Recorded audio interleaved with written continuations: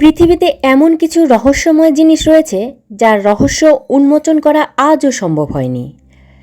তেমনি হচ্ছে একটি বই যার ভেতরের লেখা আজও পড়া সম্ভব হয়নি।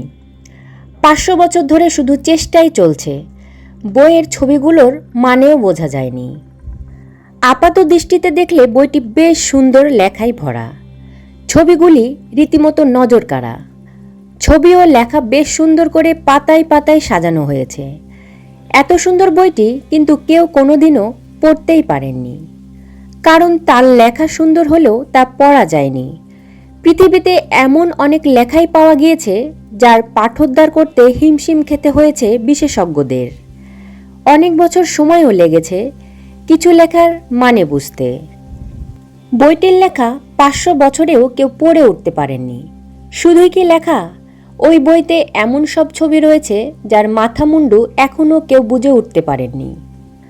এমন কিছু প্রাণী, ফুল, ফল, গাছের ছবি রয়েছে যেগুলি কেউ দেখেননি। এগুলি কি তা নিয়ে প্রশ্ন রয়েছে। এগুলোকে পৃথিবীতে দেখতে পাওয়া যায়নি, তাহলে সেগুলো কি তা পরিষ্কারও নয়, আর সেখানেই রহস্য ঘনীভূত হয়। অনেক বিশেষজ্ঞ বইটি পাঠোদ্ধারের চেষ্টা করেন।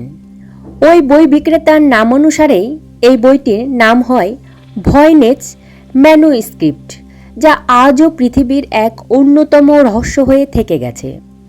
কারণ কেন বইটি লেখা হয়েছিল, কোন ভাষায় লেখা, কেন এমন সব আজব ছবি রয়েছে, তার কোনো উত্তর আজও পাওয়া যায়নি।